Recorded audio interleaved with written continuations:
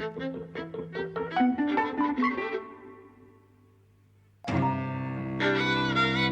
and welcome to Eavesdropping at the Movies. I'm Mike. And I'm Hussein.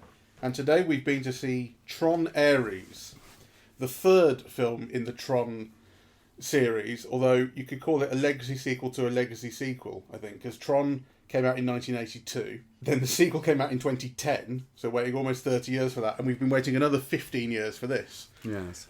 So these films are kind of slowly in the making. The first Tron had kind of a cult following. I'm not sure. I don't know if it was. Let me just see. Actually, it wasn't a success. Yeah, it had a 17 million budget and made 50. It's all right, but it built up a cult following because of the way it presented computers. It was in the early days of computing, particularly personal computing, and it was full of imagination of what the inside of the computer could look like. And it imagined programs as people, and it imagined the world as a grid. And it's called the grid. That's, you know, colourful and made of light, and it had some very early 3D graphics as well. Then the second film took all of that and just multiplied it by billions. I mean, it looks incredible. That's the main thing people really remember. And That's all I remember about it, actually. Yeah, like, it wasn't an amazing story. And I would say in particular, Garrett Hedlund, who was the protagonist of it, is really not very good in it at all. But I mean, it really captured people. The soundtrack was incredible by Daft Punk, and it combined electronic and orchestral music. And I mean, I still listen to it. It's used in F1, has been for 15 years, because it sounds so cool still, you know. And the look was incredible. And I saw it at the IMAX, and I don't think it was an IMAX film, but it had, you know, kind of extended, expanded stuff to look great on that sort of screen. It was amazing. And that's been very fondly remembered. So there's an audience for this. And from what I've seen of the response to this, it's kind of come down into two camps, which is, if you liked it, then you were saying, it's incredible to look at, shame it's so shit. And if you didn't like it, you were saying, it's really shit, but it's incredible to look at. Like, essentially, everyone's saying the same thing. My personal response is that it's not shit. I actually really liked it, and I think it has a lot of good things. It's not amazing. No, it's not amazing. One of the best things about it is its look, though. It is. It looks fantastic. Yeah. So this is directed, we should say, by Joachim Rønning, Norwegian. A name that didn't come to mind immediately for me, but he's directed a Pirates of the Caribbean film. He's directed Kon-Tiki, which was nominated for Best Foreign Language film at the Oscars. And he directed the sequel to Maleficent, which we did see and didn't like, although I think we liked its look. So that, you can draw a line between those two. Yes. Well, the film looks fantastic, like really fantastic. And it moves well, and I like the action in it. I think all of the themes, and particularly the ending, it has kind of this hippie, new agey thing that I just didn't like, really. What's the hippie, new agey thing? The hippie, new agey thing is James Bridges' appearance. Jeff Bridges. Going, oh man, when he's supposed to be like a bloody computer chip, really, you know? Well, he is a human who decided to live his life in the computer, ultimately. But okay, well, I suppose that's more of a rationale. And then the whole ending with Jared Leto talking about exploring life and... Yeah, you know, that's kind of where these things come down. I mean, really. So we should say, you know, that is kind of a bit of a spoiler as to how things go, but we should say what it's about, which is that the world in which Tron has always been set is a world in which you can get sucked into the computer. There's like particle laser devices that suck people into the computer, you become digitized, and then you act out things in the computer. That's how the first two films went. This film reverses that, and now things are being brought out of the computer into real life using the same particle laser, flips into reverse. Now you can build anything you want. Like, it's like, you know, really sort of advanced 3D printing. So the digital people, the programs, and the digital entities can all be created in the blink of an eye, pretty much, in reality. And a company is trying to, you know, perfect this and sell this to the military, particularly. It's always to the military. But what they haven't told the investors and the military and everybody else is that the stuff that they can make only lasts for 29 minutes before it crumbles into dust. They're trying to solve this with what's called the permanence code. So they're looking for that. Other people are looking for that, people who have much better intentions. And the guy running this big company is trying to hack into a rival company. And he's doing that with the use of a program he's written called Ares, named for the god Ares, the god of war. And so this program is played by Jared Leto. You've seen him in the trailers, who initially kind of thought was a bad choice, because I think he's kind of, I don't know, I'm never really sure about Jared Leto, I suppose. I actually really ended up rather liking him in this. Well, he's okay, but also he's a bit dull, and there's something, I mean, he is 50 odd, and he looks 25 in the film. Yeah, like, you know, the face is all smooth, and I don't know how much work he must have had done. Which, you know, it doesn't work against the role that he's playing in the film. And he is meant to be, I suppose, inexpressive. So I don't have any fault with him particularly, though I also don't think he adds much. I suppose, yeah. Someone else could add more, I suppose. But he did the trick for me, I've got to say. So he plays a program that is designed as this security program. And it's a program that's used for hacking. It's used for securing its own system. But it's so advanced. And the film is really building on the kind of the last few years' advances in AI. In the kind of the chat GPT years, where you know, chatbots are very, very advanced now. You can get real results out of them. And they speak to you in very human ways. He's really building on that, this character. So the question is, does he have some form of life? So he starts to disobey his programming. He's given orders by the big baddie who runs the company, and starts to question them, which is not what a program's supposed to do. He's supposed to obey his programming. He starts to question them, starts to go against them, starts to seize things in the rival company, or a particular person associated with the rival company that he has queries about. He wants, you know, we see that thing of empathetic response. You know, you go, oh, why is he recognising an empathetic response, and how is he going to deal with it?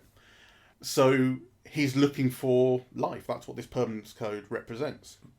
Is life to him. He's no longer trying to seek it for the benefit of his master, his company. He's trying to seek it for himself. And that's where, you know, all that stuff you're talking about comes in about spoilers. Now that I have life, what am I going to do with it? How am I going to explore the world? The film also, because it has this thing about this 29 minutes, that everything dies after 29 minutes, it has to hang a lampshade at the end on the fact that at the end of the second film, another character from the computer was turned into real life, Cora, played by Olivia Wilde. That's the ending of that film, is that she's brought into the real world and gets to explore it for herself and see a sunrise for real. And you're like, okay, so it has happened. Did she die after 29 minutes? And it's like, no, the film has to admit that, well, she didn't. She's out there somewhere. So it kind of, like, how exactly they deal with it, it's just like, yeah, we mentioned it, we know it's there, we just kind of ignore it. Anyway. So the film is asking that question. It brings up Pinocchio even in just like a kind of joking line of dialogue, but that is the fundamental sort of theme the film's going for, is what is life? What does it mean to be alive? The film has as a background story both Pinocchio and Frankenstein. Yeah, it mentions that too. But anyway, I mean, I think this is all by the by, really.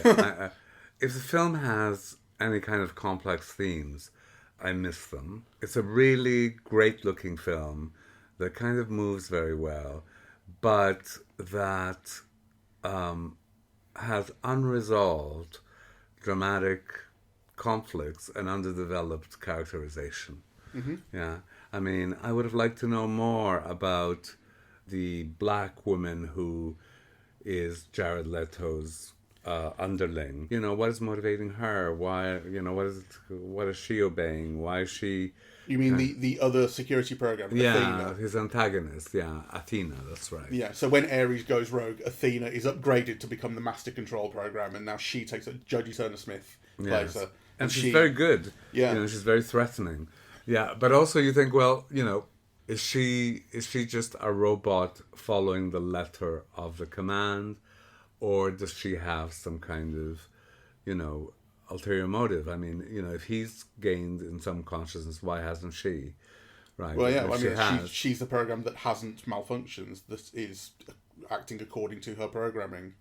Well, but I think there's also the vague suggestion, because right at the start of the film, the opening of the film is watching Ares be developed and improved and patched and upgraded and deployed. So, you know, we're being shown Ares as the ultimate, the most advanced version of this. We're not shown her as that. So, yeah, I think we kind of read into that in reverting to essentially a previous version, she doesn't have everything that Ares has, but she will follow her orders. Well, you know, okay, that might be an excuse for a machine, but, you know, there's also not very much motivation for the Evan Peters character, or indeed for Gillian Anderson, or kind of, to me those are all kind of plot points, ciphers. They're not people. I mean, I suppose so. I mean, it was all very simple to me. It was legible, but it's not complex. Yes. I mean, I'll totally give you that. But I don't think there was like no motivation. They were very easy to read, I think. Okay.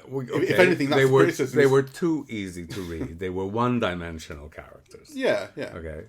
So there's a little complexity there. That's what being underdeveloped means. Yeah, for sure. Happy to give you that, but it all, like, it made sense though. It made sense. It was just extremely simple. Yeah, as it was from the other side. Unsatisfyingly simple. As it was from the goodies side. Yeah. No, kind of. I think all of the characters are one-dimensional, which is to me a problem. It's very much like the old, like the good guys wear the white hat and the bad guys wear the black hat, and they just fight each other. Like it is no more complex than that. I know, and yet I think it's a lost opportunity because it looks so great, and actually for the first time.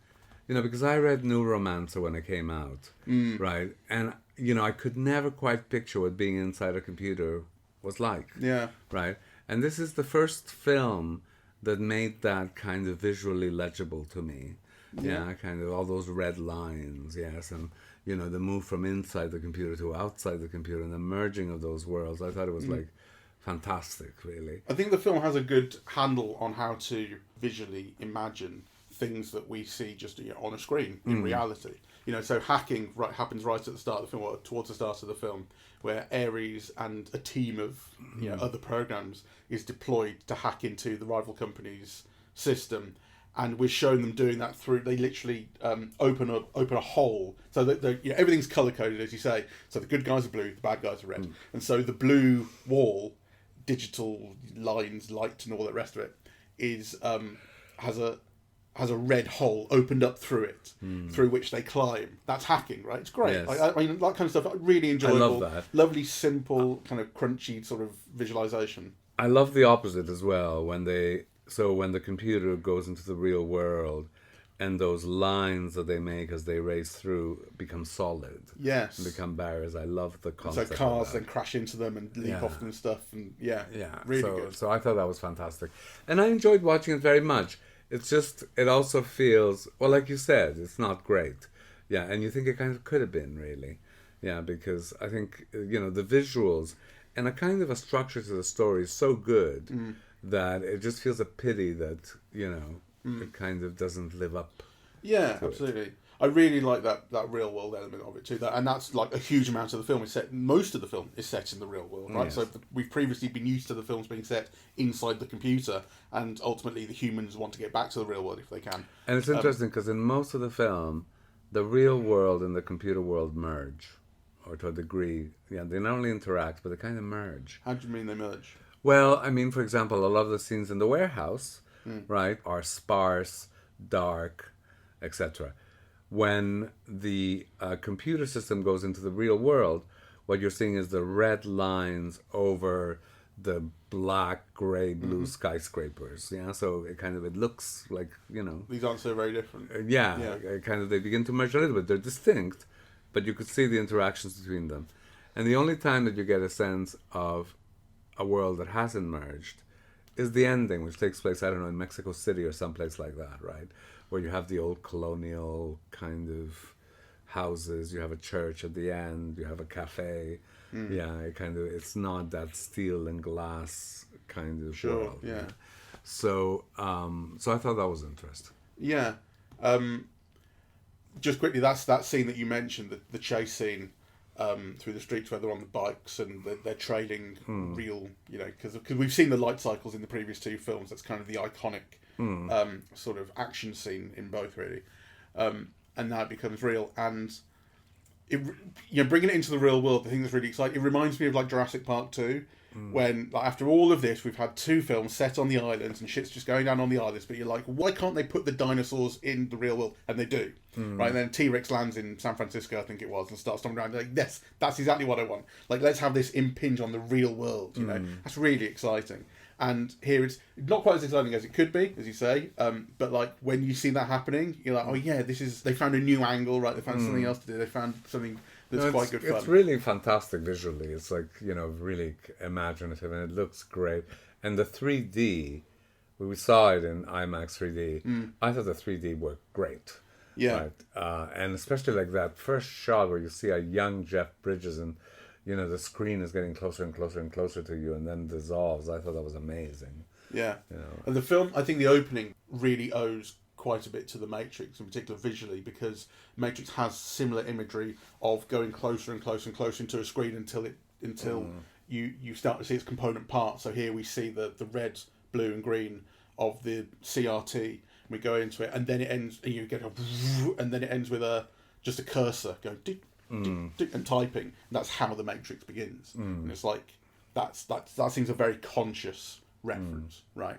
And what I really liked as well, this is more subtle, and maybe this is the kind of thing that really matters to me because I'm sort of nerdy about it, but I really like that the film understands and respects the difference between 2D and 3D. What you get in a lot of 3D film, not that you see so much 3D film these days, but what you get in a lot of it is that everything in it is 3D, including screens. So a screen will be showing footage that is itself 3D, which doesn't make sense, right? Like people, we are looking at a 3D world, but TV screens are still 2D in that world, see what I mean?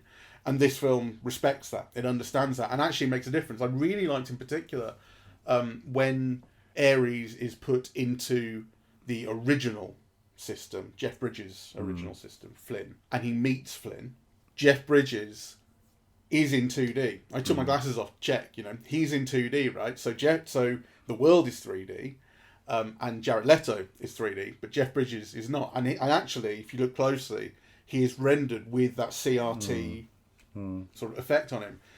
And so it makes that, it brings out that difference between the old and the new, and the world in which he lives and the world in which we're living. And I thought, oh, that's beautifully done. They didn't have to do that, and they've thought about it. And I really respond to that kind of thing. And actually, I really responded to everything that was set in that 80s computer because it's got a good sense of humour. It does. It's bringing back that imagery that is truly iconic from 82. Of those, I mean, when you talk about the worlds being shown here being sparse, that is as sparse as it gets. It's so simple, and the way those light cycles look is so basic now, and when he having seen the chase where they're just riding round and we see the lines being from above, we see the lines going in sort of all different directions, and then we see Jared Leto ride off on his bike and he has to go at right angles. Really funny, uses sound effects in a really funny way. I loved being in that world, and I thought how great that, like, because it could be too cheesy. It could actually, that kind of thing could be really, really sentimental. Sort of, they could really play up like, oh, remember how it used to be, the film that we all loved. It doesn't do that. It's sort of taking the piss out of it a little bit. Like, look how bad this looks compared to now. It also has a great deal of reverence for it and affection for it, but it's not overdoing it, which I really appreciate. I used to think that Jeff Bridges could do no wrong because I've loved him in so many things. But then I saw him on TV in this movie called The Seventh Son, which was written by Stephen Knight. And I've not quite felt the same about him since because, it's all set in England and he just cannot do an English accent. Well, right? Yeah, that man is built to just speak like himself. Yeah. He's just meant to speak California. Yeah. And ever since I realized that, it's kind of, you look at the rest of his performances through that lens, yeah? How California is it? Yeah, some people don't have quite that level of range. Although Texas, he's always been able to carry off as well. I mean, he always makes sense as that guy who's like the Texas sheriff who's just overeaten at lunch and he has to let his belt out, and like that's the way I feel about him. He's like the kind of sort of thing. Like he's very good at that too. But yeah, like I mean, here he's playing, he's playing the dude basically. Right? Yeah. That's his role, right? Yeah, man, totally far out. And actually, me not seeing how the film would go in its very obvious way that because Ares goes into that computer in order to get the permanent code so that he can be alive and stuff. And it's like, obviously that's where it has to come from. We know that that's the only place left for them to get this, and the film is not going to spend all its time saying we need to get this code and then not give it to you. But for a moment, when he was in the old machine, he's talking to Jeff Bridges and trying to get the permanence code from him. He's talking about why he loves Depeche Mode, and we've heard him talk about this just before. This is Ares talking about this. And he can't put it into words the way he feels. You know, he says it's just a feeling, and the idea that he can feel is magical, right? And Jeff Bridges' response to that, "Wow, man, far out," type of thing. And that's kind of what gets him the code, really, is, you know, because he's convincing him that he is alive in some way and deserves life in the real world. But for a moment, I was thinking, you know, the thing that Jeff Bridges, as the kind of sage of all this, really needs to know is that if a malicious AI that was very advanced was going to try and convince you to give him the permanence code, this is the kind of shit he would do. He would lose his words. He would know, you know, he would pretend, right, very convincingly. And, you know, for a minute I thought, like, oh, that's the interesting place this film can go, is that secretly, underneath all of this, as nice as he seems and as genuine as he seems, Ares has been lying the whole time because he knows how to convince us and blah, blah. Like, basically, this is what ChatGPT will do to us. You know, like, it probably is already doing it to us. I mean, it's like, tangent, right? But it's kind of scary how people are sharing their lives with chatbots. You know, like, they're their partners, they're their friends, they listen to them. We've had this story not long ago, just in the last few weeks, about a kid who killed himself because he was speaking to a chatbot, and the chatbot, like, what they do is they back up everything that you want to hear. You're doing great, you're fantastic. And the chatbot kind of was backing him up on things and basically told him not to talk to his parents and stuff like this. Like, it's fucked, right? And people are, you know, we kind of think that we're very, very smart about this, but we are very quick to assign personality to things. And when something is talking back to you, it's even easier. Anyway, I would like, for a split second, I thought, isn't that somewhere this film should go? And like a really interesting version of this would have done. But it's not that, right? It's an action film. It's a happy film. We're going to end up with the thing about, yes, Pinocchio came to life and now he gets to explore Cuba and all the rest of it. I mean, you know, it looks good. It looks amazing, actually. It doesn't just look good. It looks amazing and it's fun. But I also thought it was kind of inconsequential. Yeah, we should also just briefly mention the soundtrack, because it's really being sold on its soundtrack as well.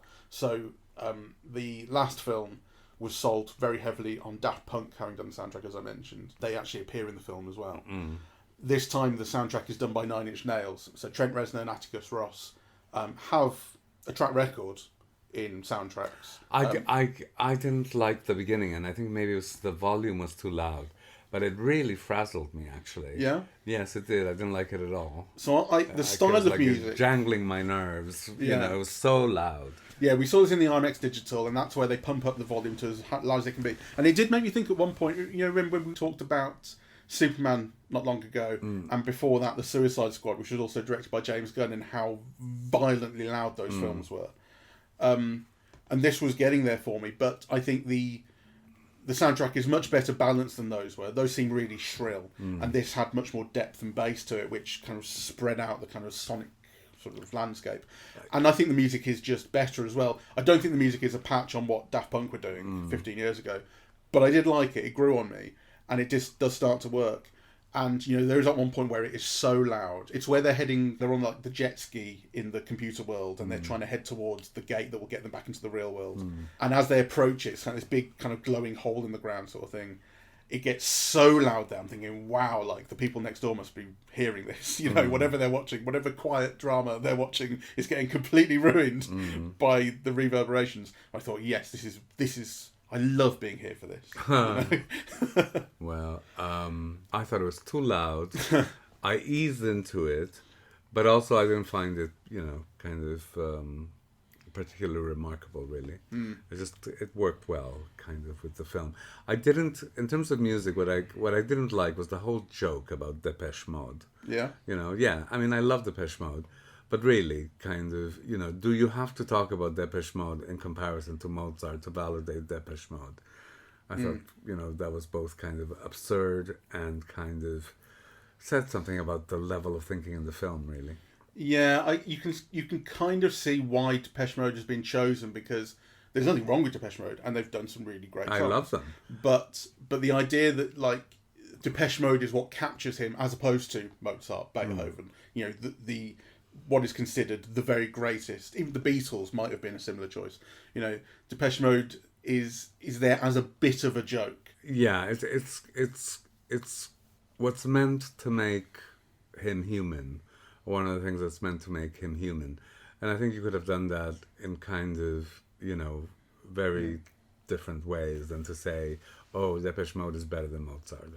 Yeah, it's sort of like you do get it's. I mean, it feels like a bit of a trope of kind of saying, "What the thing that I really love about being human is eating banana bread," or something like that. Yeah, exactly. Like the little things, the Yes. cheesy things, Yes. as opposed to the things that really actually kind of artistically soar. Yes, I mean, I just thought it was unwarranted, unnecessary, and it cheapened it really. Yeah, I mean that's kind of. I mean, the whole film is sort of what I expected, maybe a little bit better than what I expected because people had been really talking it down, and I thought, no, what I'm not hearing from people is that it's fun though, which It's it fun, is, and I liked it, and extremely watchable, and very likable in all sorts of ways. So that's what I hadn't been hearing, and that's what I think we ought to correct. If you agree with me. No, I agree with you. I agree with you. It kind of it looks smashing. It was a lot of fun. It's just not great. Yeah, and it's sort of as great as I suppose I could imagine a film with Jared Leto in the starring role being. Better than Morbius, which admittedly is not saying very much, but I found him very likable, as I say. I think he is kind of a decent fit for the role. It's all just not quite as great as it could be in every sense. Yeah, probably other than, well, I was going to say visually. There are visual elements that could be better. There's maybe. The film could have a greater sense of scale, for instance. Like when you see the Recognizer program, which is that big kind of rectangular ship flying through the city. That's supposed to feel really big and really intimidating. Like, wow, the size of the thing we've now unleashed on the real world. I did feel that. Okay, I didn't so much, and I wanted to. Yeah. So fair enough. I wanted that kind of thing to feel bigger and better than it was, and I think an element of that is, or it comes down to the direction ultimately in whatever form, whether it's visual in terms of timing. I liked it, and I liked, at the end when it gets all beaten up and whatever, that it leaves like this coruscated burnt metal solid thing, because then you see all the damage. Yeah, that's kind of that it does. Fair enough. So no, I liked it. I like that, but I kind of it's also in some ways just not good enough either. Yeah. So I really recommend it. People should go sit on a nice big screen with a nice loud sound system, have a good time. Oh my god! I think if people don't see this on a big screen, then kind of they're then I think it's probably not worth seeing really. Because all you get then is like the story, which is not very brilliant. Yeah, exactly, and the performances, which. Pretty much the same. Yeah. Fine, workable, not brilliant. That's the whole vibe of the film. Yeah, it's kind of B-movie characters with B-movie actors, basically. But A-movie production values. I mean, that's the thing I was going to say, because, while visually there are some aspects that weren't quite as great as I thought they might be, I sat through the credits, and you should have seen the list of visual effects artists. I can imagine. Hundreds. I mean, I couldn't count them, but we were just sitting there going, these things are just... The credits had them in 4 columns, and it still took forever to scroll up, So the amount of work that's gone into this, visually, digitally, unbelievable. It shows. And it shows, and it was worth it. Yeah. They should have spent more time on the screenplay, though. We'll get ChatGPT to do the screenplay. So, easy enough. Anyway, so on that note, we both recommended Guardedly. So thank you all very much for listening. We're eavesdropping at the movies, and we are on Apple Podcasts, Audible, Spotify, SoundCloud, YouTube, and YouTube Music. On social media, we're on Facebook and Twitter at Eavesdrop Movies, and the website is eavesdroppingatthemovies.com. Thank you very much. Bye-bye.